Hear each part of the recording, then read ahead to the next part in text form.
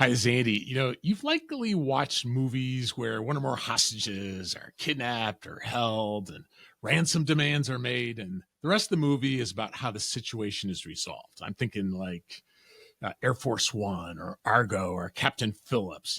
Perhaps you've seen some of those. They're typically suspenseful and almost always resolved with some sort of satisfying ending. And I have to tell you, I've always assumed that real world kidnap for ransom negotiations vary from the Hollywood versions we watch. Um, it's not always been obvious to me that the skills and lessons of real world hostage negotiators might just be relevant to our day to day as leaders. And I think differently now because I just read Scott Walker's new book, Order Out of Chaos. Scott is one of the world's most experienced kidnap for ransom negotiators, helping resolve more than 300 cases, along with other crisis situations, such as piracy and cyber extortion attacks. He spent 16 years as a Scotland Yard detective and now uses his decades of experience to train leaders how to apply his proven techniques to be the calm at the center of the storm, despite being in situations filled with adversity and conflict and uncertainty. It's a book about emotional intelligence, about communication, and certainly negotiation. I think after hearing today's discussion, it's a book you're going to want to add to your reading list. I can't wait to share the conversation with you. Hey, quick note, I want to invite you to join our Lead 52 family. It's a group of global leaders who are committed to transforming our ability to lead and deliver. It's 52 weeks of leadership learning delivered right to your inbox, taking less than 5 minutes a week, and it's all for free. Learn more and sign up at getlead52.com. Let's jump into today's discussion with Scott about his new book, Order Out of Chaos. Scott, thank you for joining us on the People and Projects podcast. You're welcome. Glad to be here. Thank you. Hey, at first glance, I think most of us would think the worlds of, let's say, kidnap negotiations and business leadership are just different. But you mentioned in your book that when you started working with business leaders, you were struck by the sheer amount of crossover between the two. So tell us about that. Yeah, well, when you think about it, kidnappers are businessmen looking to get the right deal for them. And, those kind of negotiations are filled with high emotion, stress, lots of competing priorities, demands and deadlines, lots of competing, maybe egos and internal politics going on.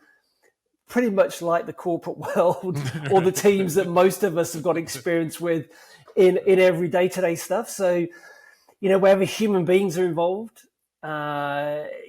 it tends to be very similar. And the themes and the patterns that I was noticing over decades of, getting a ringside seat into what makes people think, feel, and act the way they do, particularly in times of change or uncertainty or crisis or whatever it happens to be, that the people and the teams that succeeded more often than not, and they came out of it better than before they went into it, actually. Again, they left clues. Success leaves clues. And it became really, really obvious over time. And I just wanted to capture that and be able to share that with the teams and the leaders in the business world around how they could apply that to, build those team cultures and have consistent performance without burning out. And just basically get a queue of people wanting to join their team. That's it. Or customers waiting to do business with them. Yeah, I like that. Yeah, it's a good way of saying it. You make a statement in the book that we're always negotiating. In what ways is that true, and why is that important to understand? When you think about it, negotiation is simply a conversation with a purpose. And all day, every day, whether it's with our kids, our spouse, our friends, our colleagues, and clients, we're looking to bring about some kind of influence and persuasion, or more importantly, some cooperation and collaboration. And that's simply what negotiation is. Sometimes I'll speak to business leaders and they'll go, hey, my team, they're all very nervous about would I have to get on the call, have to negotiate or sit down with this hard-boiled client, hard-nosed client who's been really, really tough to do business with. And I'm saying, you're overthinking it. Honestly, we need to get out of our own way, suspend our own ego, first seek to understand before being understood, get your curiosity hat on, and it becomes a conversation where you're looking to explore and bring about that cooperation and collaboration ultimately. That's a great way to say it, Scott, because I think sometimes we think of, well, since I'm negotiating this deal or we're talking about a contract, then we're in negotiation mode. But yeah, I guess another way to say it is we're communicating all the time, right? Even when we're quiet, we're communicating. Right? That's Yeah, it. yeah, yeah. Where I think I've tended to get myself in trouble is when I take an unexpected or let's say a chaotic situation and make it worse by being, defensive or impulsive. And one of your first strategies for us to create order out of chaos is by harnessing our red center. Not, I think that terminology makes perfect sense to a hostage negotiator, but it's not obvious terminology to us. So how do you like to explain what that means? Well, a red center in a law enforcement term is the place where the actual negotiations are taking place.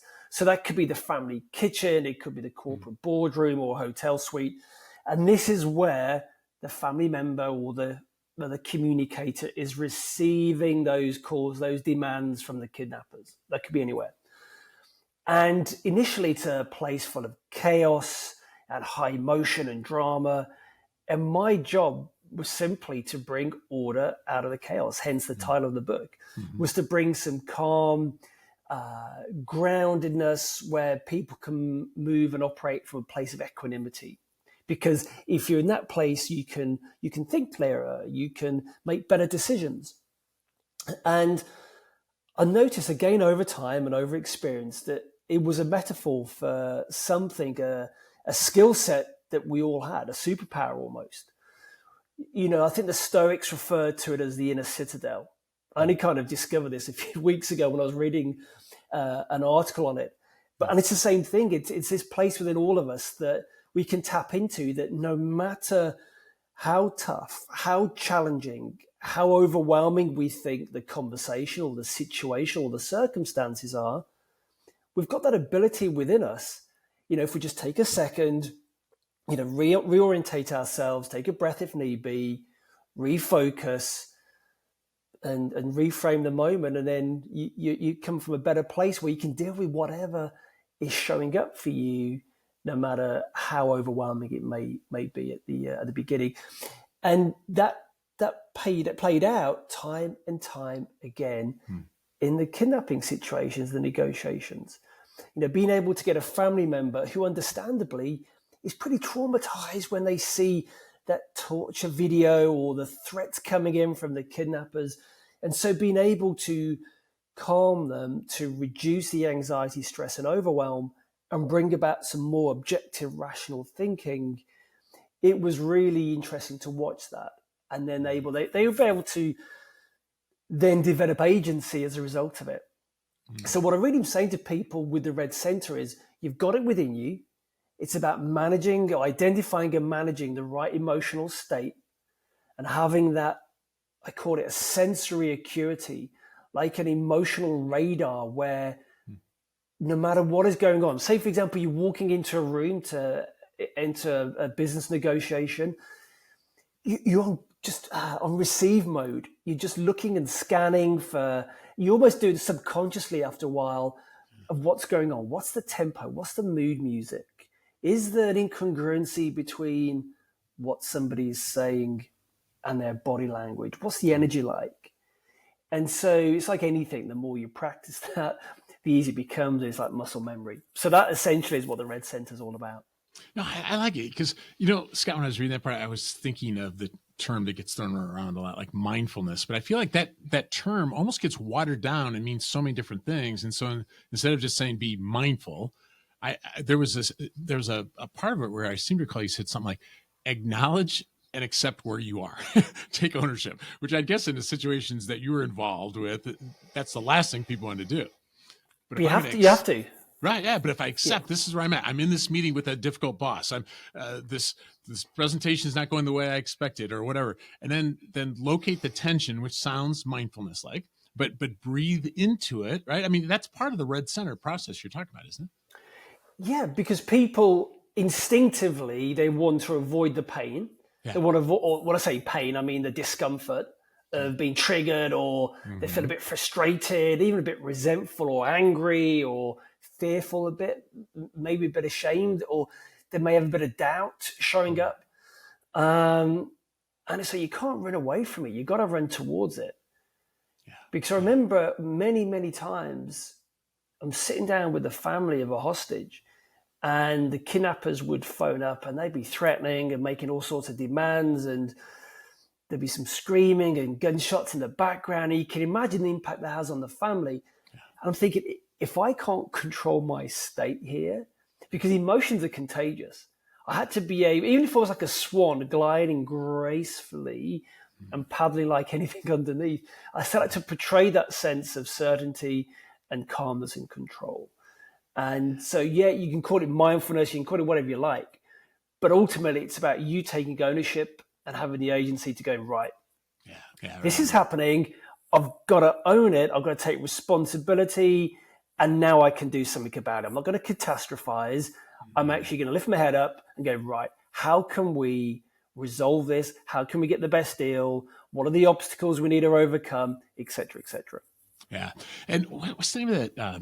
Is it Batari? That where Batari's box. Because the way I react, or the way just test me on this, because I just thought if the way I think or feel is going to impact how I behave, which is going to impact how they think or feel, which will be how they react. Was that roughly what it was? That's right. And it's a cycle. It's that we're all interconnected. You know, if we think we can be in this vacuum of an emotional vacuum, we're sorely mistaken there. I mean, over time, you can build up a resilience and a robustness that you're not going to get knocked off course by somebody else's high emotion. You know, we all know them, you know, emotional vampires.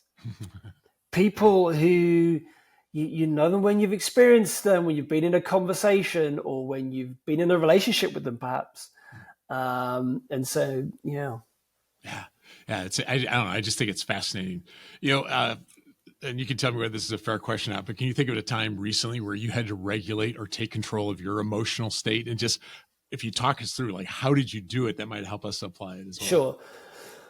Yeah, frequently. Even though I've been doing this probably for 20 years now, it doesn't mean that I'm some monk who can just glide through life with complete ease and joy and nothing affects me. But what I have learned to do, what I have trained myself to do, is not allow it to dictate or to rest or to, not rest, but to overwhelm me.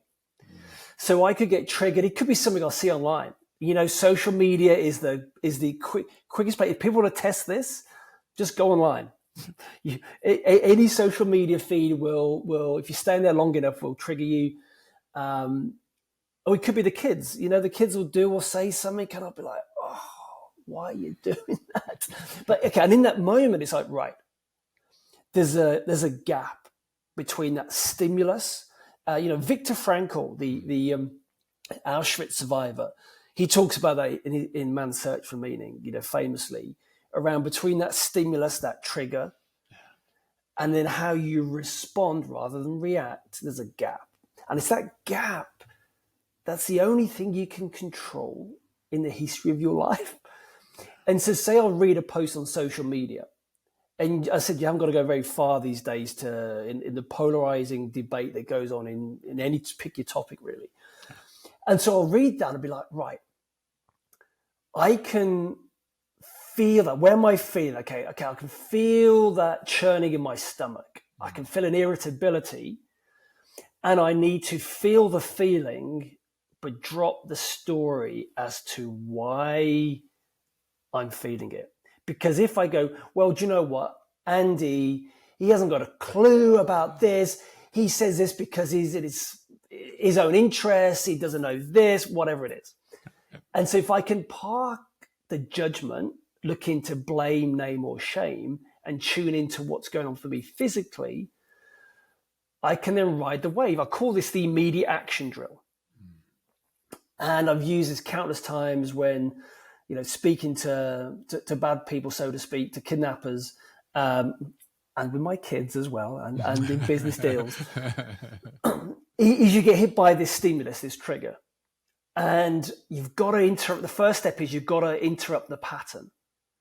So for me, it could be if I'm sat down at my desk and I get and I get triggered, I will just stand up and maybe go outside, or I'd put some music on, or if in the mood, I'll just do some jumping jacks in the corner or whatever it is, or some breathing exercises. Yeah. So interrupt the pattern. The step 2 is ride the wave. I would tune into, feel the feeling for about 90 seconds, 2 minutes, because your body dumps cortisol and adrenaline and a few other things throughout your body. And that's the evolutionary human response of fight, flight, or freeze. Excuse me. So I'll ride the wave for about 90 seconds, because if I don't, they're the moments when, and I'm sure I'm not the only one listening or watching to this that have done this, is where you say or do something you later regret. Yeah, right. And it's in that moment.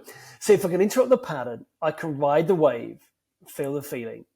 And then once that's dissipated, I can ask better questions. So that's the third element. Ask better questions. I can't do it when I'm up here, when my emotions are running high and I'm getting a bit frustrated. I need to wait to calm down and go, right, what is another way of looking at this? What am I missing? What is an opportunity here? What am I not seeing? What might be an insight from this? How might I look at this in a different way? All these questions, you ask better questions, you're going to get better answers. And so that's a very long answer to your question around, when these things come along, how can you activate your red center? How can you manage your state? How can you put yourself in the best possible place to have that conversation with a purpose? Yeah. With that difficult team member, that colleague who is really difficult to manage, or actually, is a bit of a, likes a lot of drama and causes lots of headaches and is difficult to manage, for example. So that's one way of looking at it. That's good. No, I appreciate you walking through that. In fact, let's kind of build on this. Let's say a listener has an upcoming presentation, and participants in the meeting include, it's going to be her boss, her boss's boss, many of her peers. So it feels like the stakes are kind of high. Ultimately, the presentation is trying to convince the leadership team to approve something that's important but expensive. And she's feeling nervous. Right? She's feeling nervous, and it's just a couple of days away. So she reaches for your book, and she decides to work on her mindset. So she's just working on the tension. She feels it in her shoulders, and tries breathing into those tension spots, and double checks some of the stories after she calms down a little bit. What's she telling herself? Looking to focus maybe more on what's true, like telling herself, "I've done my homework. This is good for the company."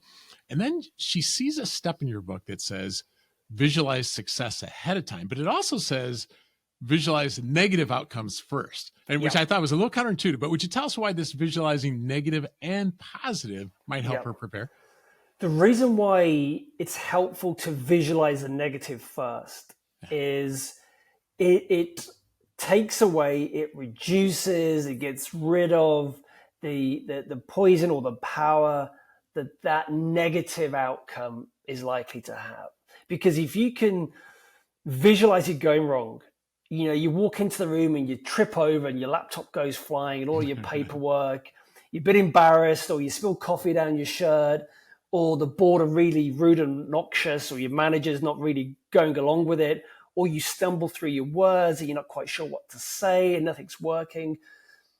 If you visualize it properly and closely enough, you will feel it in your body showing up, even though it hasn't even happened yet.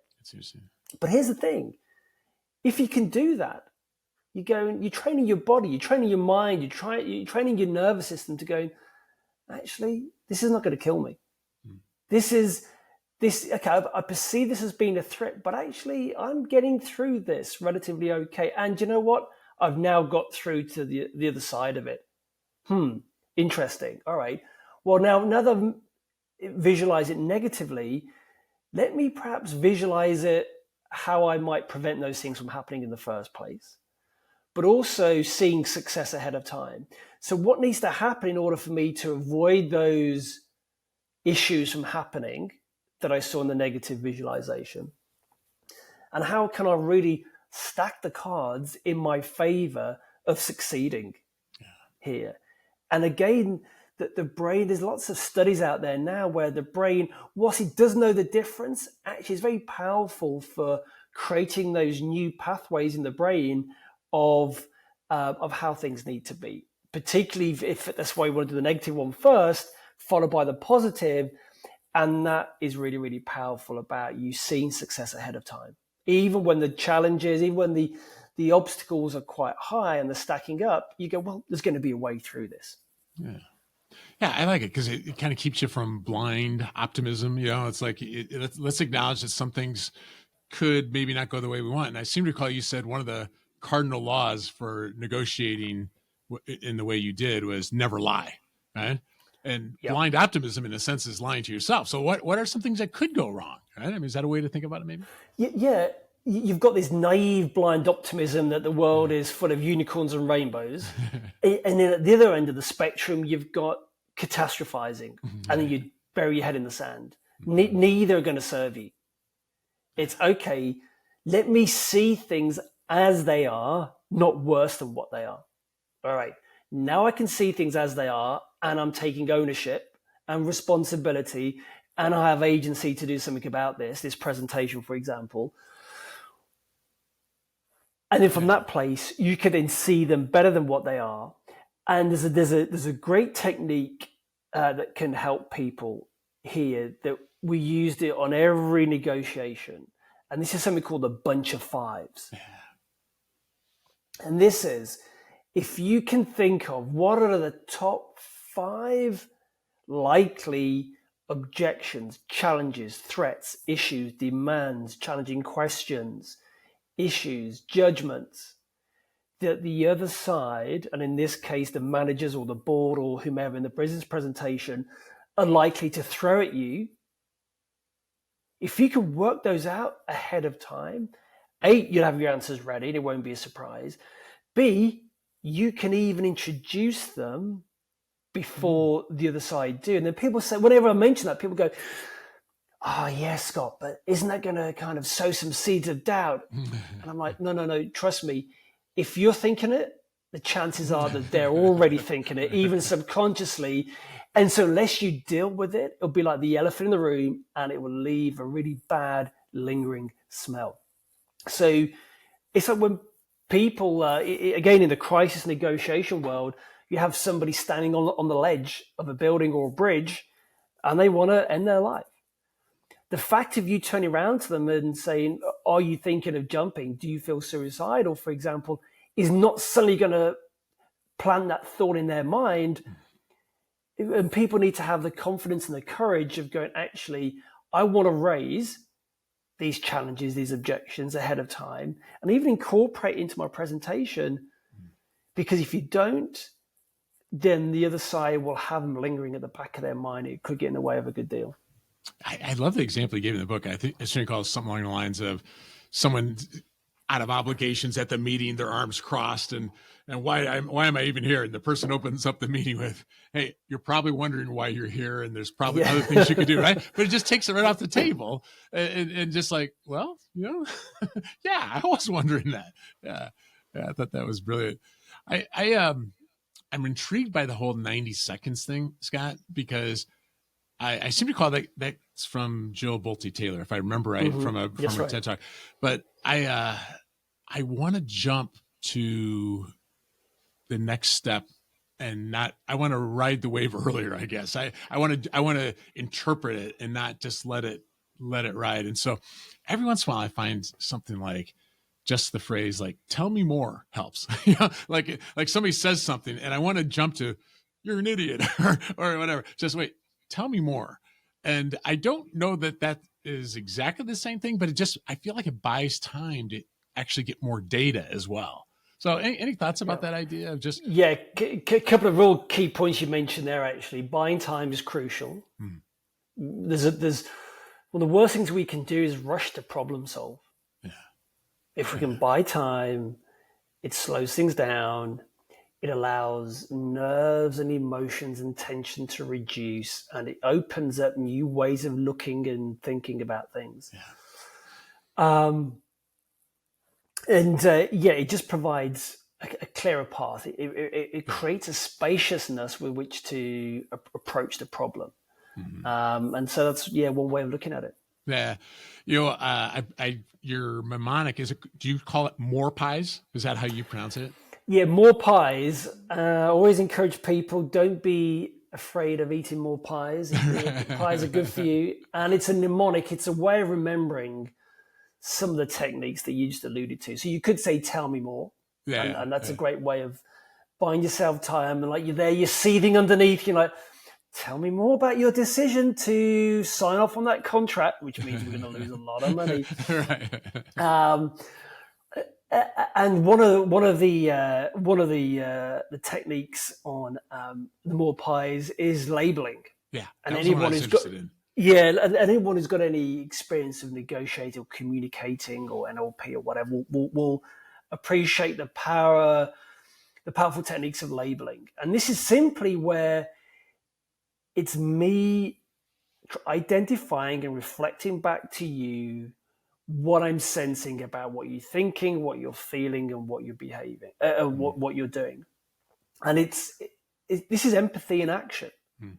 And again, people confuse what empathy is with sympathy or compassion or pity.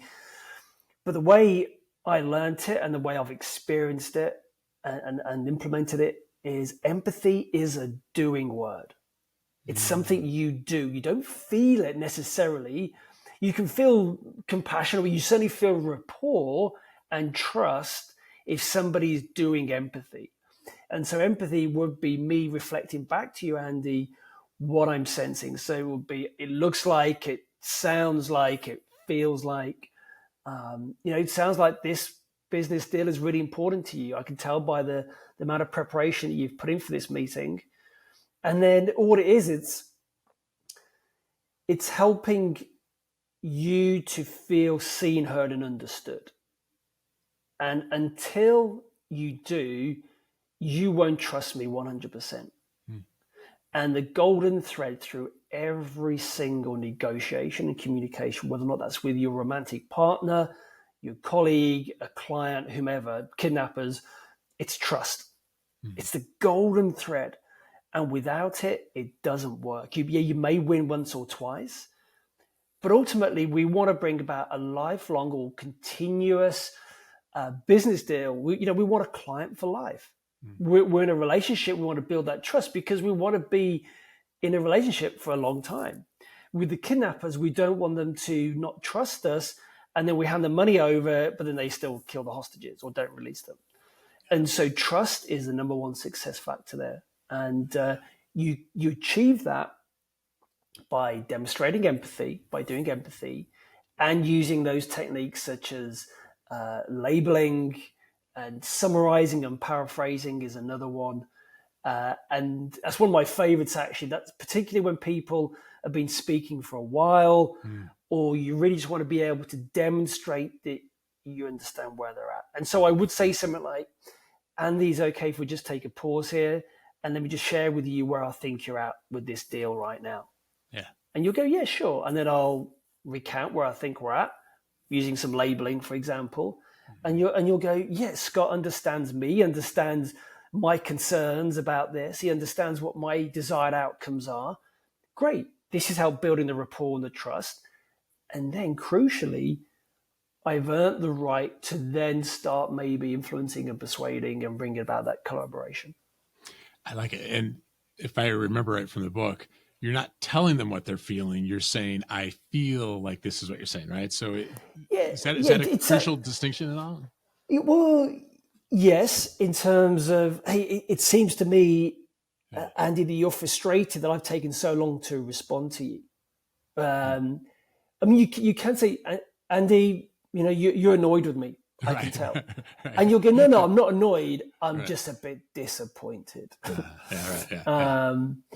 And it doesn't matter if you get it wrong because the person will correct you. But what it does do is that you're demonstrating a willingness to see things from their perspective. Yeah. That's all it's about. Yeah. In your chapter on dealing with difficult people, there was a phrase you used I thought was just kind of interesting. It's feeding their ego. And I thought it'd be interesting to ask you what that does not mean. And then some examples of what you do mean by it. feed their ego.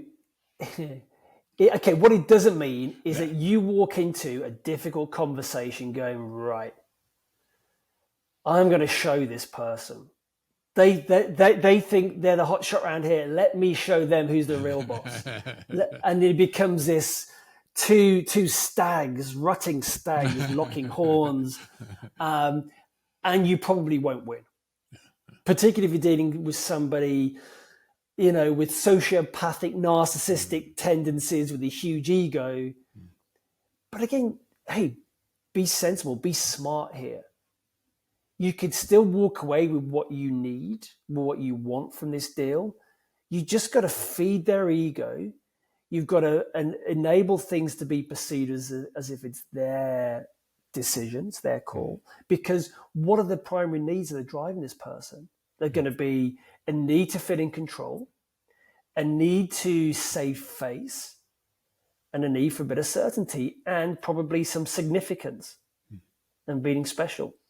So by using empathy, you're parking your own ego. You're seeking first to understand before being understood. You're not making it about you.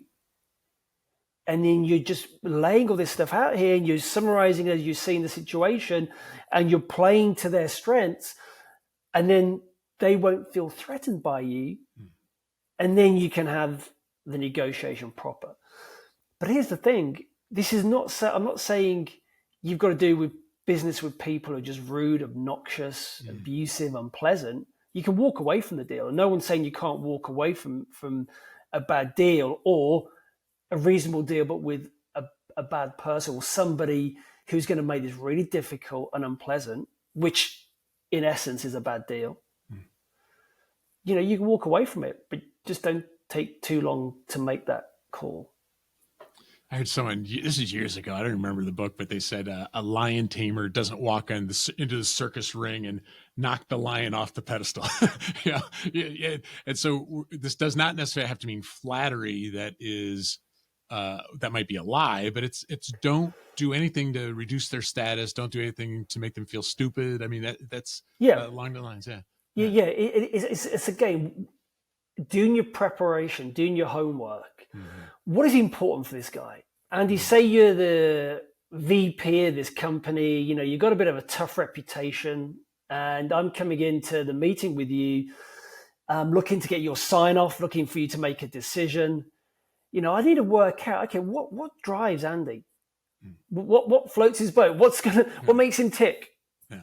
And I need to give that. And some people may go, well, actually, Scott, you're just being a bit manipulative there, or a bit Machiavellian. And I'm going, okay, well, what intention matters, and it won't be. My intention would be, I want to get the right deal here, the best deal that's in the interests of my client whom I'm representing, or the project, or the company as a whole.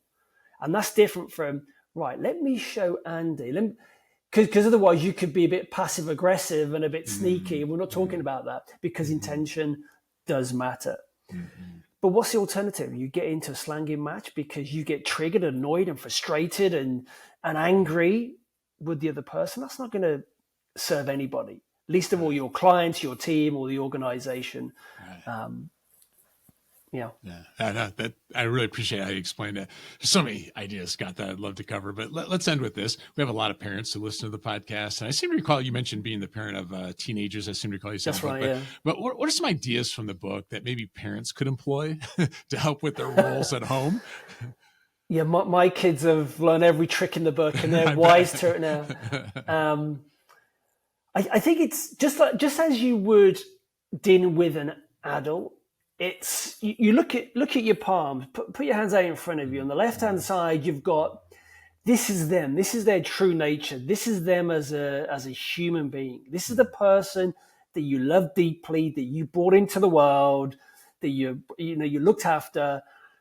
And then in the other hand, this is their behavior. This is their challenging back chat, disobedience, not listening, being a bit defiant. And what we tend to do is we want to try and merge those together. And that's why we look to blame, pass judgment. Whereas actually, again, we need to stop, take a moment, going, right, what's really going on here? What is their behavior an indication of? Is it that they don't feel in control? Is your child, is your teenager the sort of person that likes to make a decision? Now, anyone with kids here will know that if you've mastered this is the sort of thing you do is, would you like to wear the red or the blue jumper? As opposed to, put your jumper on. No, I don't want to put my jumper on. Well, you need to put your jumper on because it's cold outside. How many times I have to tell you, let's get the jumper on?